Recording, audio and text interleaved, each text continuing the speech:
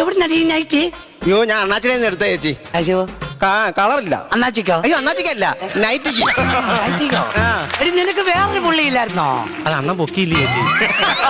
എനിക്ക് അതങ്ങ് ഇഷ്ടപ്പെട്ടു പോയി. പക്ഷെ ഞാൻ ചോദിച്ചത് അതല്ല. വേറെ നൈറ്റിയില്ലായിരുന്നു, പുള്ളി നൈറ്റി. അയ്യോ അതും കൊള്ളത്തില്ല, എടുത്ത് കളഞ്ഞതങ്ങനെ. നീ എന്താ താമസിച്ചേ? അടവുണ്ടായിരുന്നേ. പണിക്ക് വരാതിരിക്കാനോ? അങ്ങനെയാണോ പറയുന്നത്? ലോണിന്റെ അടവുണ്ടായിരുന്നടി. എന്നിട്ട് ഞാനേ നമ്മുടെ കൈ ഇരിക്കുന്ന ATM കാർഡിന്റെ ATM നമ്മുടെ കവലയില്ലല്ലോ. അതില്ല. അത് ഇവിടെ നമ്മൾ ഓട്ടോ വിളിച്ച് വേറെ കവലയിൽ പോകണം. ഇവിടുത്തെ ATM പൈസ എടുത്താൽ 24 രൂപ നമ്മുടെ കയ്യിൽ നിന്ന് പോകും. എനിക്ക് അന്നേരം ഒരു ബുദ്ധി ചോദിച്ചടി. ഞാൻ അവിടെ ശശാനന്റെ ഓട്ടോ വിളിച്ചിട്ട് 60 രൂപ ഓട്ടോ